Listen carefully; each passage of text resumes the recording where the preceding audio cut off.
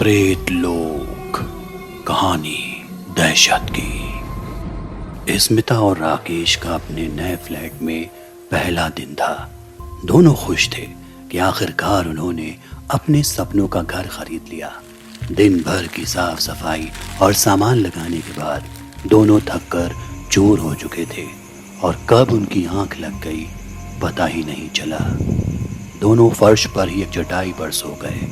तभी रात 10 बजे उनके फ्लैट की बेल बजती है। बेल की आवाज सुनकर स्मिता राकेश को जगाती है और कहती है, इतनी रात को कौन हो सकता है? हम तो यहाँ किसी को जानते भी नहीं। ठहरो, मैं देखता हूँ। राकेश उठकर दरवाजा खोलता है। दरवाजे के उस पार एक दुबली पतली सी कमजोर शरीर वाली लड़की खड़ी थी। करीब 12 साल की इस लड़की का सिकुड़ा हुआ चेहरा राकेश को देख अचानक स्थिर हो गया।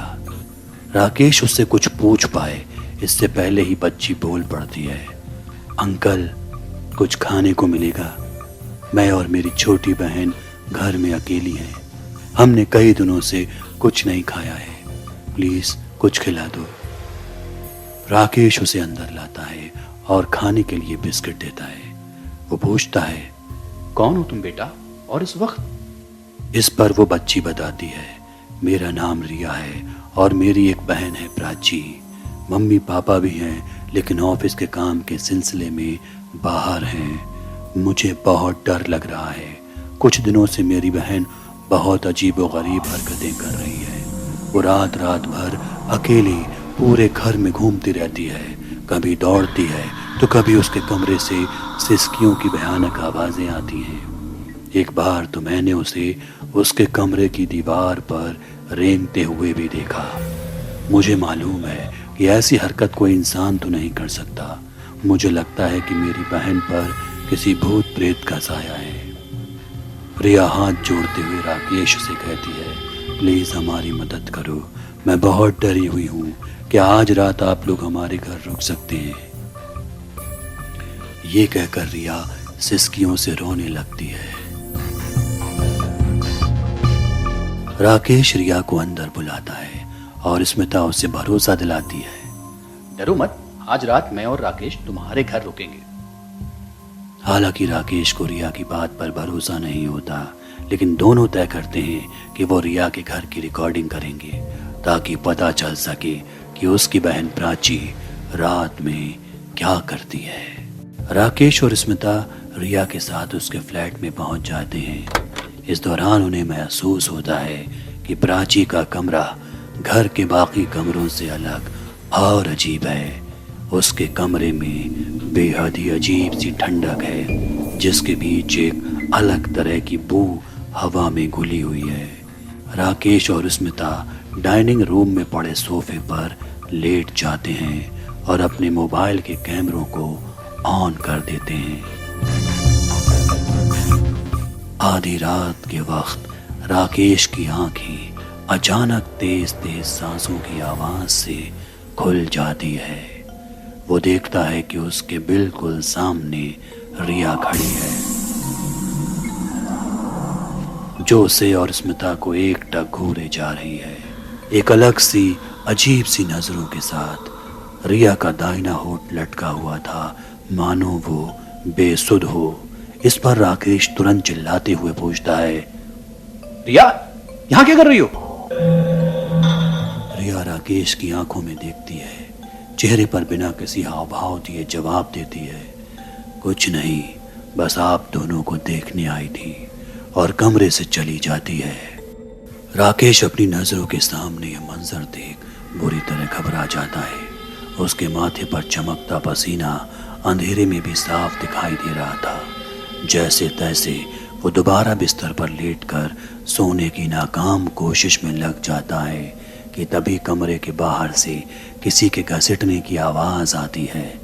थोड़ी देर में आवाज और भी खौफनाक हो जाती है। ऐसा लगता है मानो कोई जानवर अपने दांतों से कच्चा मांस खींच खींच कर खा रहा हो। अब राकेश इन आवाजों को पहचानने की कोशिश ही कर रहा था कि तभी सीलिंग धक धक की आवाज से गूंज उठती है। तभी अचानक एक लड़की की चीख के साथ ही दोबारा आसपास सन्नाटा पसर जाता है। राकेश बाहर निकलकर देखता है कि वहां क्या हुआ, लेकिन हिम्मत जवाब दे जाती है। हैरान करने वाली बात यह थी कि स्मिता इतनी खौफनाक आवाज़ों के बीच भी आराम से सो रही थी, मानो से कुछ सुना ही नहीं दे रहा हो। राकेश स्मिता को झकझोर कर जगाता है और एक एक वाक्य को तफसील से बताता है। इसे सुनकर स्मिता खुद भी बेचैन हो जाती है। अब तक उनकी जो तलाश प्राची के लिए थी, उसमें रिया का नाम भी शुमार हो गया था। वो फौरन मोबाइल उठाते हैं और रिकॉर्डिंग देखकर उनकी आवाज़ हलक में ही कैद हो जाती है।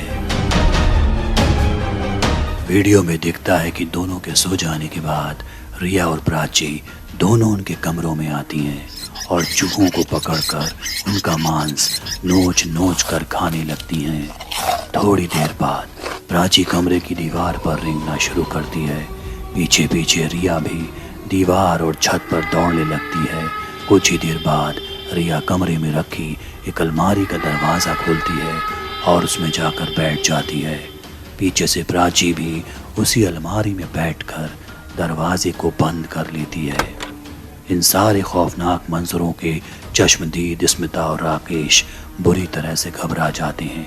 उन्होंने आज से पहले कभी ऐसा कुछ अनुभव नहीं किया था। वो जैसे तैसे हिम्मत जुटाकर उसी अलमारी के करीब पहुंचते हैं और दरवाजे को खोलते हैं। अलमारी के अंदर का मंजर बेचैन कर देने वाला था। जगह जगह काले मांस के टुकड़े पड़े थे जिन पर कीड़े रेंग रहे थे। अलमारी के अंदर बिल्कुल ठंडक थी। स्मिता और राकेश रिया और प्राची के कमरे की तरफ दौड़ते हैं, लेकिन दोनों ही अपने कमरों से गायब थी। पूरे घर में कोई नहीं था। दोनों के जहन में बस अब एक ही सवाल था कि आखिर यहाँ हुआ क्या। सुबह हो चुकी थी। राकेश और स्मिता अपने फ्लैट में लौट आते हैं। करीब 1 घंटे बाद फिर बेल बजती है। राकेश दरवाजा खोलता है तो सामने ब्रोकर उस्मान खड़ा था। कैसे हैं सर जी?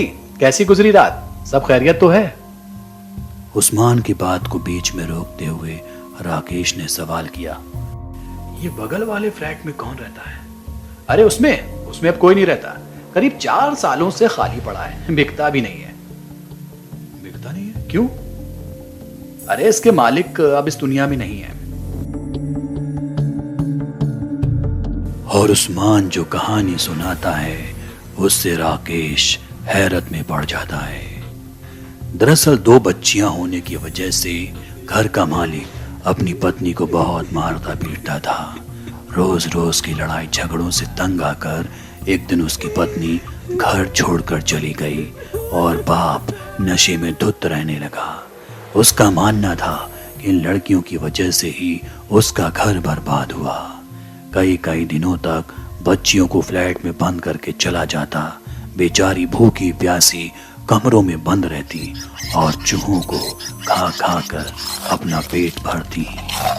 एक दिन वो बच्चियों को फ्लैट में बंद करके चला गया और शराब के नशे में एक ट्रक के नीचे आ गया और फिर कभी वापस नहीं लौटा। बच्चियां फ्लैट में कई दिनों तक बंद रहीं और भूख से तड़प तड़प कर दम तोड़ दिया। इसके बाद उस्मान राकेश से पूछता है, लेकिन आप ये सब क्यों पूछ रहे हैं? राकेश ये बात सुनकर एकदम सुन्न था। उसने जवाब दिया, नहीं कुछ नहीं, बस ऐसे ही पूछ रहा था।